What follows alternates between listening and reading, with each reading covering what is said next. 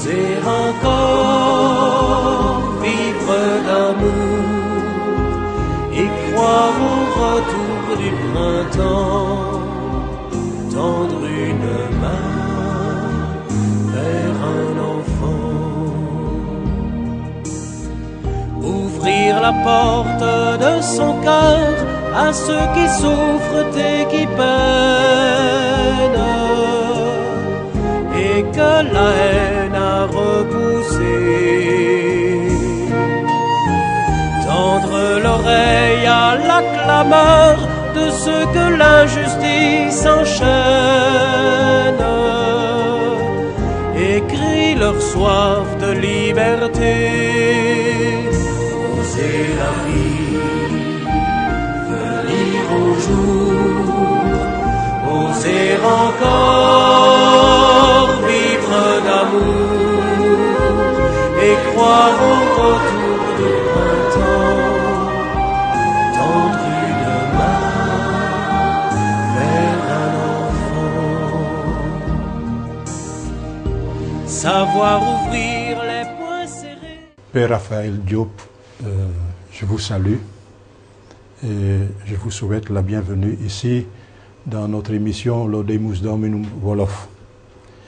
Est-ce que je peux vous demander de vous présenter brièvement devant nos téléspectateurs? Merci, Père Herman. Je salue tous les spectateurs et je souhaite bonne fête à tous les missionnaires, tous les chrétiens, de par le baptême, nous sommes tous missionnaires. Je m'appelle Père Raphaël Diop, curé de la paroisse Saint-Joseph de Médina. Je suis religieux du Saint-Sacrement et depuis 2015, je suis le directeur des œuvres pontificales missionnaires dans le diocèse de Dakar. Merci beaucoup, Père Raphaël. Je vous ai invité sur ce plateau pour nous partager quelques idées prises dans le message du pape pour la journée missionnaire mondiale que nous célébrons aujourd'hui. Pour entrer dans le débat ou dans notre partage, je vais simplement lire ce qu'il écrit dans l'ouverture de son message. Il nous dit: cette journée nous invite à réfléchir à nouveau sur la mission au cœur de la foi chrétienne. C'est pourquoi nous sommes invités à nous poser un certain nombre de questions qui touchent notre identité chrétienne même et nos responsabilités de croyants. Et puis il va éclater, disons, sa réflexion avec 3 questions. Et c'est sur ces 3 questions que je voudrais vous demander de nous partager vos idées, d'abord en français et puis en wolof. La première question qu'il mentionne, c'est: quel est le fondement de la mission? Est-ce que vous pouvez nous partager quelques idées là-dessus à partir de son message? Merci Père pour la question. Les fondements de la mission même, c'est exprimé dans le titre même du message du pape François. La mission est au cœur de la foi chrétienne. Et cette mission même s'enracine dans le cœur de la foi chrétienne. Dans le dictionnaire, quand on va voir le mot mission, on trouve que la mission est une charge donnée à quelqu'un d'accomplir une tâche bien définie. Et dans le contexte religieux, c'est une délégation de la part de Dieu. Dans la mission, c'est la tâche de Jésus-Christ d'annoncer de la part de Dieu la bonne nouvelle, l'évangile du salut. Et donc le premier missionnaire, c'est Jésus-Christ lui-même. Et l'Église poursuit la tâche de Jésus, qui est missionnaire par nature. C'est la fonction d'annoncer l'évangile, qui est la bonne nouvelle de la part de Dieu. Donc la mission consiste à donc revenir sur ce fondement. Jésus est le seul missionnaire, le premier missionnaire. Et donc les disciples de Jésus sont missionnaires par délégation. Un seul est missionnaire, c'est Jésus. Et donc dans le message, le pape nous cesse de rappeler cet élément très important que tout baptisé est missionnaire. Tous les disciples missionnaires, comme aime les appeler le pape François, mais la mission se confond souvent avec la responsabilité du chrétien. Tous les chrétiens sont missionnaires et ce n'est pas une tâche seulement une tâche à accomplir par une catégorie de personnes au sein de l'Église. Le devoir revient à tous.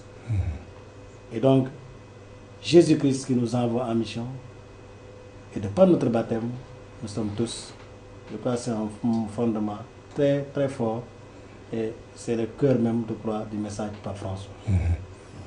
Merci beaucoup, Père Raphaël. Donc, nous avons touché le fondement de la mission. Je pourrais concevoir ça comme on est entré dans la maison, mais dans la maison, il y a quelqu'un que nous voulons rencontrer, ou quelqu'un qui veut nous rencontrer. Et ça, c'est la deuxième question.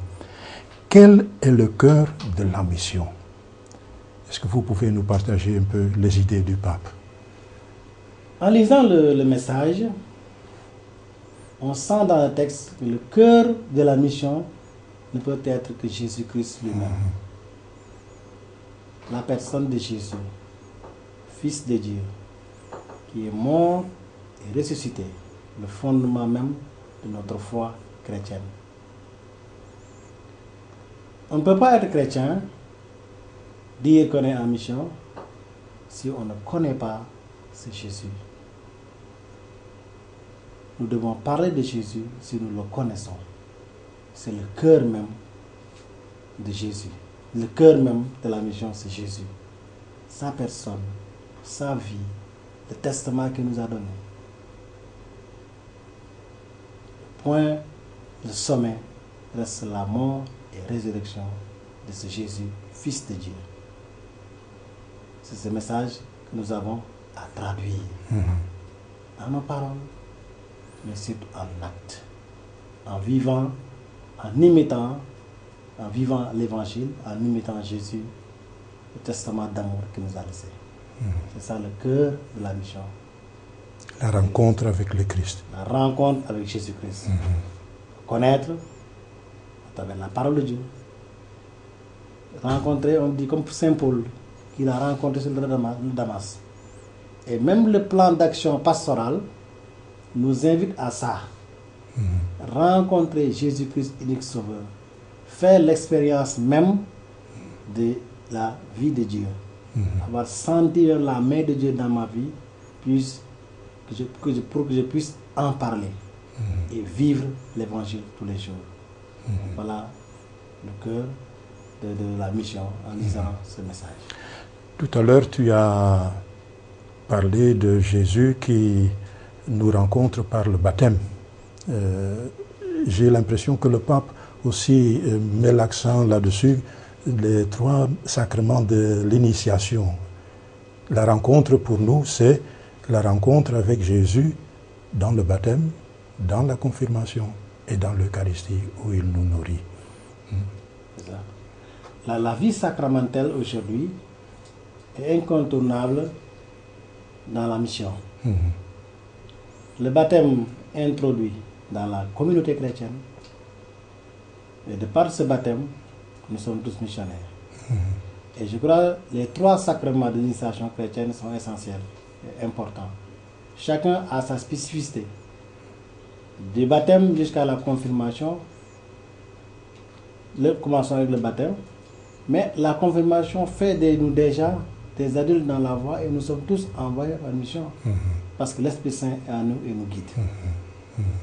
Donc le fait de vivre les sacrements, c'est essentiel, particulièrement le sacrement de l'initiation chrétienne, à savoir le baptême,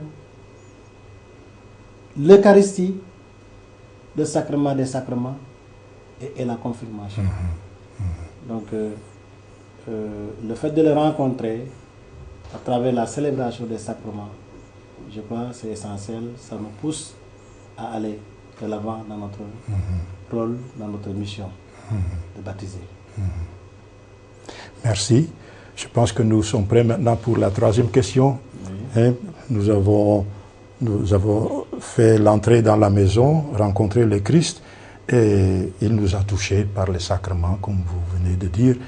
Et nous ne pouvons pas sortir de cette maison sans être transformés. Quelles sont les attitudes vitales de la mission? Ça, c'était la troisième question que le pape pose dans son message et qu'il répond. Est-ce que vous pouvez nous expliquer un peu ce qu'il veut dire par les attitudes vitales de la mission? Et en parlant d'attitudes vitales, je crois que le pape François insiste beaucoup sur le fait de sortir, de quitter. Ne pas rester là où nous sommes en pensant que voilà, tout est ok, tranquille, et que voilà, pensant que nous annonçons l'évangile, on a reçu le baptême depuis très longtemps, on a une église, on a une paroisse, je vais à la messe tous les dimanches et je suis tranquille. Alors le pape invite à quitter, à sortir, à se déplacer, à affronter même l'inconnu, à cheminer, se laisser transformer. Et je crois quelque part il dit même, ça revient encore l'idée de l'évangile de la joie, aller vers les périphéries. Je crois que c'est une attitude quand même de chrétien, aller vers l'inconnu, transformer notre monde, proposer Jésus-Christ, parler de Jésus-Christ, quitter nos zones de confort, pensant que voilà, que nous avons tout. Or, celui qui a mission est toujours en déplacement, est toujours à la quête de quelque chose qui peut l'aider à être plus proche de Jésus, vers cette sainteté. Nous sommes toujours en chemin, comme Jacob. Voilà, je ressens, voilà, nous ressentons cela dans le message que le pape nous dit, les attitudes aujourd'hui, aller vers nos frères et sœurs, proposer l'évangile. Dans le même sens, simplement pour un peu encore fortifier ce que vous venez de dire, moi j'étais fortement touché par les paroles qu'il cite, où il dit « Voilà pourquoi nous devons préférer une église accidentée, blessée et sale pour être sortie par les chemins, plutôt qu'une église malade de la fermeture et du confort de s'accrocher à ses propres sécurités. » C'est un message. Je crois, en entendant ces paroles, je crois que ça doit bouger tout chrétien, tout baptisé aujourd'hui, que le pape nous invite à aller vivre avec le faible, la brebis égarée. Il n'y a que le pauvre qui peut comprendre la situation du pauvre. Faire l'expérience de la pauvreté et s'ouvrir à la misère de l'autre. Je crois que c'est avoir une église, des gens blessés qui rencontrent Jésus-Christ et ils témoignent de leur foi. Je crois que c'est que le pape ne cesse de lancer, aller vers nos frères et sœurs. Voilà, une église où tout le monde se retrouve sans la nécessité de rencontrer Jésus-Christ et de proposer Jésus-Christ comme unique sauveur. Qu'ils soient malades et même dans sa pauvreté, voilà, il cesse de nourrir sa foi parce que il croit que Jésus-Christ est avec lui, à côté de lui et l'aime. Merci beaucoup, Père Raphaël, pour votre partage autour de ces trois questions. Père Raphaël, après votre explication du message du pape, disons le côté théorique ou réflexion, je voudrais que vous nous attirez vers des choses plus pratiques quand il parle des jeunes. Il dit les jeunes, espérance de la mission, ndaw ñi di yaakaaru mission bi. Est-ce que mën nga ñu ci wax dara? Le pape s'adresse même à cette jeunesse. Avec toutes les situations difficiles que rencontre notre jeunesse aujourd'hui, le pape s'adresse à ces jeunes en disant les jeunes représentent l'espérance de la mission. C'est-à-dire que cette jeunesse-là a besoin d'être appuyée, d'être encouragée, d'être accompagnée pour les aider à vivre leur foi et participer davantage à l'annonce de la bonne nouvelle. Dieu merci, l'Église a pensé organiser un synode.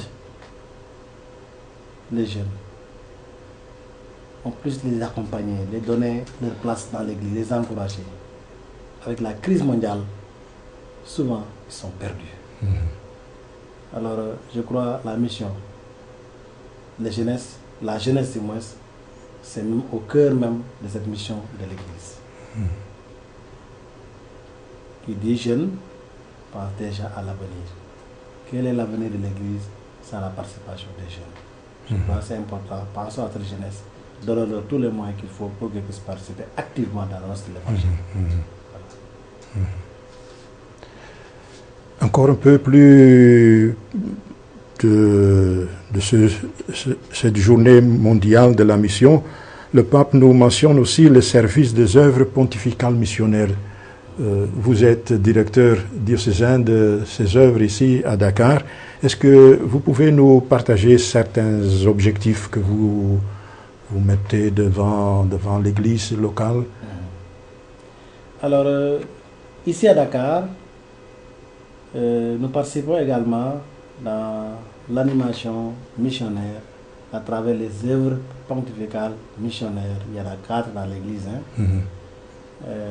À travers d'abord l'animation du mois d'octobre en produisant un carnet d'animation qui ne s'arrête pas seulement au mois d'octobre. Cette année, le carnet d'animation missionnaire doit être utilisé et proposé comme un support d'animation missionnaire durant toute l'année. Toute l'année, ce carnet-là. Et dans ce carnet, nous trouvons le message, nous trouvons beaucoup d'informations concernant la mission. Et nous aide même à bien préparer la célébration de la journée mondiale missionnaire aujourd'hui. Et dans les communautés chrétiennes, ils peuvent réciter le chapelet, méditer, prier pour la mission. Parce que la journée mondiale missionnaire est aussi l'occasion de s'informer des réalités de l'Église, soit locale comme catholique en général. Et toutes les informations que nous avons dans ce carnet-là doivent être partagées au peuple de Dieu. Nous sollicitons chaque année une quête impérée à l'occasion de la journée missionnaire mondiale. Qu'est-ce que nous collectons? Combien nous avons collecté? C'est dans ce carnet. Combien nous recevons des OPM des autres églises? Parce que jusqu'à là, notre église locale est considérée comme une des églises les plus pauvres. Donc, si nous donnons 3,5% de ce que nous recevons de Rome. Donc, toutes les informations sont là avec les projets. Alors, dans notre animation pastorale également, nous pensons aux enfants. Parce que tout baptisé est missionnaire, l'enfant également est missionnaire. Et nous travaillons beaucoup dans l'éveil missionnaire de nos enfants, avec beaucoup d'activités autour de l'épiphanie qui est la journée de l'enfance missionnaire. Et nous lançons un appel, nous demandons aux paroisses de faire des activités, de marquer cette journée de l'épiphanie en paroisse, avec les enfants et pour les enfants, que la devise de l'enfance missionnaire, les enfants aident les enfants évangélisent les enfants. Organiser des activités autour de Noël, particulièrement autour de l'épiphanie. Et ce sera pour nous également, pour Dakar, de préparer ces enfants au pèlerinage du 14 janvier. Voilà l'activité que nous proposons également pour les enfants. Sans oublier la journée également des vocations où les OPM sont impliqués parce que nous prions également pour les prêtres, les pasteurs, les missionnaires. Et enfin, nous nous intéressons également à la fin de l'année, dans le cadre de l'éveil missionnaire, essayer de rassembler 5 enfants par paroisse pour qu'ils aillent rendre visite à leurs amis d'autres paroisses, découvrir la réalité missionnaire dans ces zones. Pour dire par François, sortir de là où nous sommes, aller à la rencontre de l'autre. Voilà. Et nous travaillons avec les paroisses, nous travaillons avec les écoles, nous travaillons également avec toutes les structures sociales. Et sans oublier également les nombreux projets que les OPM financent à travers, dans le Sénégal, dans le Mauritanie. Chaque année, les OPM financent 6 projets pour la propagation de la foi, 6 autres projets pour la Sainte Enfance, sans oublier l'aide qui est donnée aux séminaires, nous donnons dans les noviciats, également le subside ordinaire qui permet de fonctionner également, qui permet de fonctionner le diocèse, sans oublier nos frères et sœurs catéchistes qui se donnent, que ce soit à Dakar, zone urbaine, comme zone rurale. Voilà un peu le travail des œuvres pontificales dans le diocèse de Dakar. Oui, c'est vraiment impressionnant, Père Raphaël, ce que vous venez de nous dire concernant, disons, les activités et l'impact des œuvres pontificales missionnaires. Au nom de nous-mêmes, du projet Wolof, et au nom des téléspectateurs, je vous remercie pour votre partage et votre éclairage que vous nous avez donné pendant cette émission. Merci beaucoup, Père Raphaël. Merci beaucoup.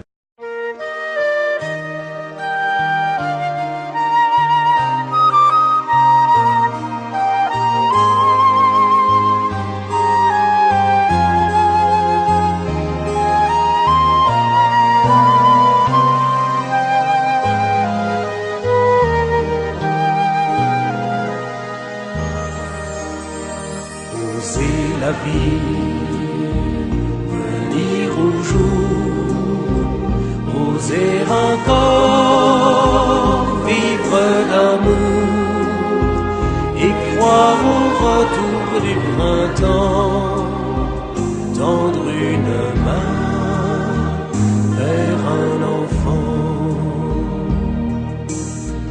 ouvrir la porte de son cœur à ceux qui souffrent et qui peinent, et que la haine a repoussé. Tendre l'oreille à la clameur de ceux que l'injustice enchaîne, et crie leur soif de liberté. Oser la vie, au jour, oser encore vivre d'amour et croire au retour du printemps, tendre une main vers un enfant, savoir ouvrir les